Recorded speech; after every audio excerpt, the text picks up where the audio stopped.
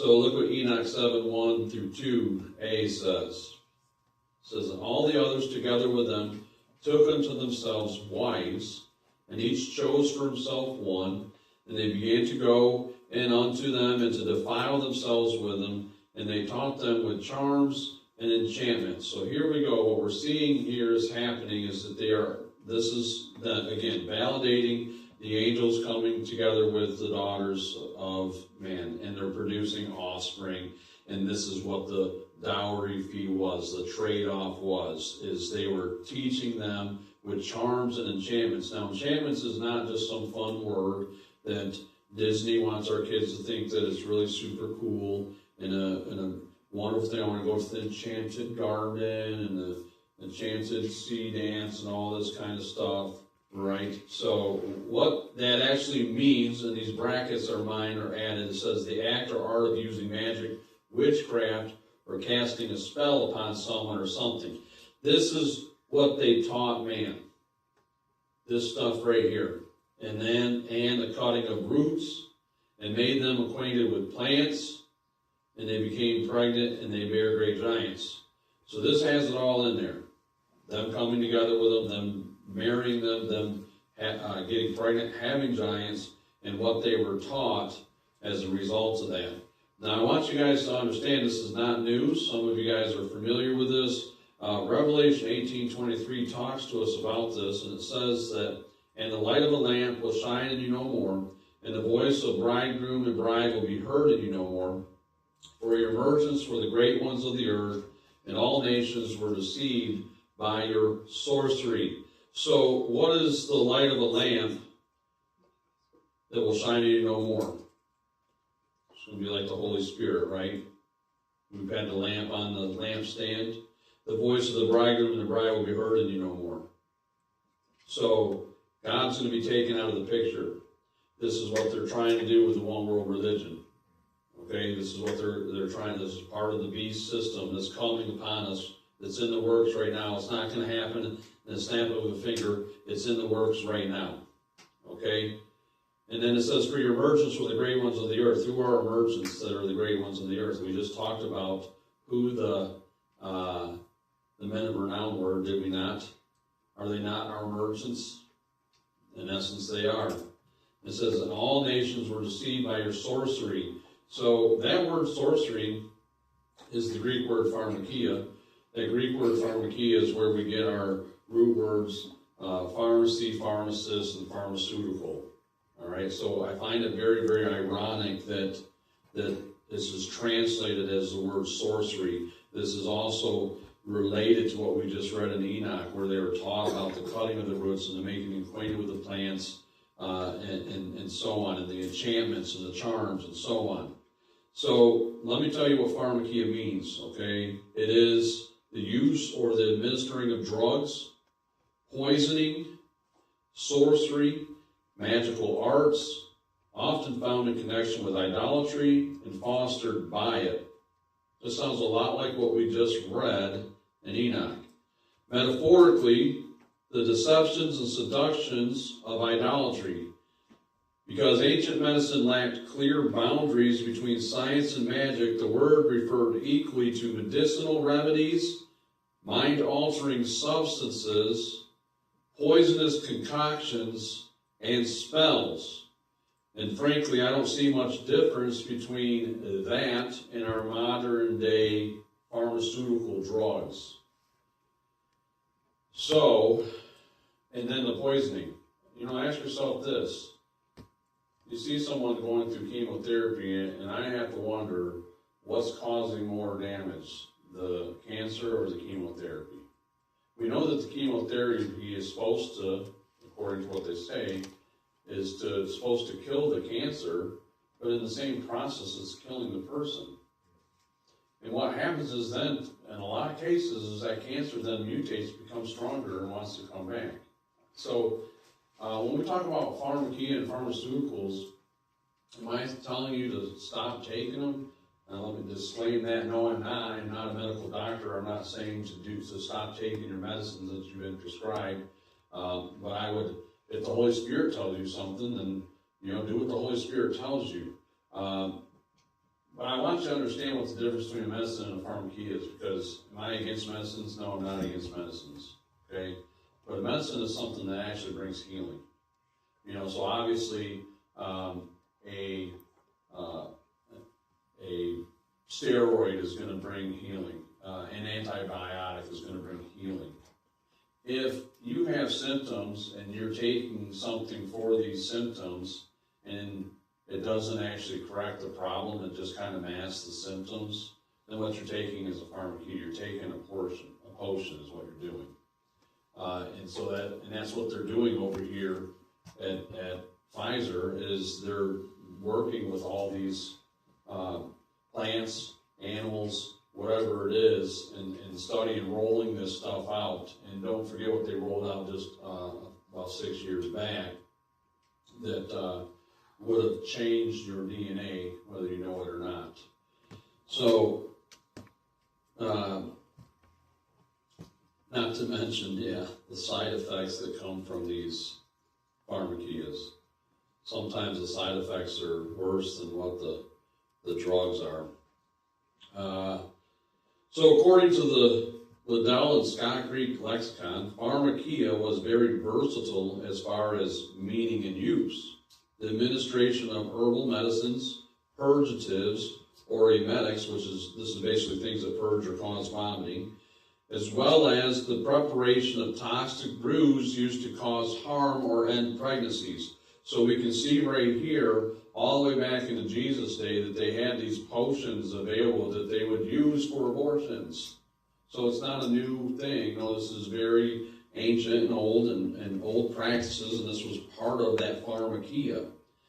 And the use of potions or drugs to induce a trance, interact with spiritual entities, or cast magic spells. So you hear about people that want to go on these ayahuasca trips. This is what's happening when you do that. You're going into that trance, you're having interaction with spiritual entities. These are demonic, they are not of God, and God did not want us to do this sort of a thing. So this would be a pharmakia, or for casting magic spells.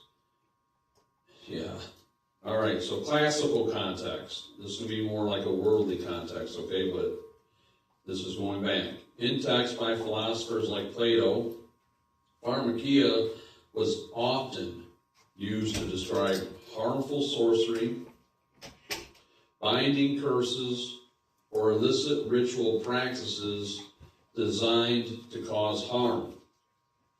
All right, so that's what the classical worldview was. It was harmful sorcery, and it was binding curses and illicit ritual practices designed to cause harm. But look what the biblical context was. In the New Testament, which we just mentioned in Revelation 18:23, but it's also in Galatians 5:20, this word pharmakia. And so Galatians 5:20 is in the context of, that we're to live our life by the Spirit and not by the flesh. And that the works of the flesh are evident. And it begins to give you a long list of fleshly behaviors. And one of them is this sorcery, this pharmakia. And then it goes on to tell us what the fruits of the Spirit are and so on. So, in the New Testament, pharmakia, the word is translated into English as sorcery or witchcraft. Historically, biblical and religious contexts condemned the term because it represented an illicit reliance on potions and occult powers rather than divine healing.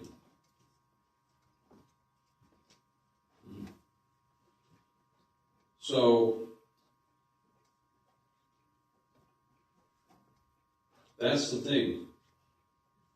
They were depending on these pharmakia rather than God. Right? Is that what the knee-jerk reaction today is in the world, even in the church? Oh, I'm getting a feeling over here, I better go to the doctor. Now, I'm not against doctors. Luke was a doctor. There's doctors out there that are doing good. Well, there's a lot of quacks out there, too. My mom used to call them quacks all the time. I thought she was the quack until I actually went and visited a quack myself. And this is how the experience went. I knew I was struggling with high blood pressure. So I went in to have this checked out. Of course, you had to fill out a booklet of all your history and life and all this sort of stuff. But one of the questions that I had answered was if I frequent the restroom in the night. Well, and this is about 10 years ago. I was 40. And so, yeah, I do. I'm just seeking some blood pressure medicine is what I'm seeking. I'm at the, the big money $5 clinic over in Marshall, that that's the health plan I have. And so this is like a Wednesday, and so she comes in the room, she does her thing or whatever, reads whatever. She gives me 2 scripts. She gives me one for blood pressure. She gives me one for frequenting the bathroom, okay, in the night. Now, anyone ought to know, first off, that a man of that age should maybe consider a prostate test or exam or something like that, because that's what's likely causing the... So what she was offering me was something to Band-Aid that, which obviously would have been a pharmakia. And so I wasn't asking for that, I wasn't looking for that. And just so you guys know too, the Lord has healed me of this stuff. I don't have these issues anymore. I'm not on any medications, okay? So, but nonetheless, I leave there. She gives me some blood work to do, to go over to the hospital, get some blood work done. But I mean, this appointment took so long, I didn't have time. So I bolted out of there. I came back, did my blood work 2 days later on Friday. But when I went to the pharmacy right after that appointment, I said, look, just fill the blood pressure one, but I want the printouts on both of them. See, this is what we all ought to be doing to be responsible, is examining what are they trying to give us. And so as I began to read what the side effects were and the warnings and all this sort of stuff, what I saw is that it said very clearly with that frequent the bathroom medicine, whatever it was called, not to take that with blood pressure medicine. That says, you gotta be kidding me. Now, how many of us will go in there, and because they're a doctor and they've given this stuff out, we'll just, well, I trust the doctor, and we go, and then they start you on this road, so then what? What if I have issues 10 years from then, if I just kept going down this road, how many meds would I be taking a day now at 50? So anyways, I go back and see her again, I think it was the following Wednesday, and I bring this to her attention. I'm like, hey, look, it says I'm not supposed to take this with that. And she's like, do you mind if I see that? No, please do. This is the thing, they're not even informed. They don't even know what they're giving out. They're just, okay, this is what we give out. So she's like, after she reads it, she's like, well, I knew you'd be okay. Oh, really? Okay, did you get my results back from my blood test? Uh-huh. Oh, when did you get those? On Monday. Like, okay, let's go over them. Yeah, everything looks good, you're all fine, this and that. I'm like, okay, so you knew I'd be all right when you prescribed those on Wednesday, even though you didn't even really know what my blood results were until this Monday. So I'd have been taking both of these for 5 days at a risk of my life because you just knew I'd be okay. Sounds like you want a second opinion. I'm like, no, I'm trying to establish a level of trust with you, and it's hard for me to trust you if this is what's going on. And so my point is how do we know what they're giving us? Our knee-jerk reaction is, oh, this is going on, let's go to the doctor. Do I have a problem with doctors? I don't have a problem with doctors. Our boy has had 2 broken bones in like the last year and a half. There's times when you need to go get help. You got a broken bone, you need stitches, whatever it is. But what did we do before we went to the hospital? We prayed. We were hoping for a supernatural miracle, a mending of the bones, this sort of thing. It didn't happen, but we prayed, and we prayed, and we prayed, and we prayed all the way to the hospital, right? Does that mean my prayers weren't heard or answered? No, it doesn't. It could have been way worse. It could have turned into, you need surgery, and now his bones be messed up.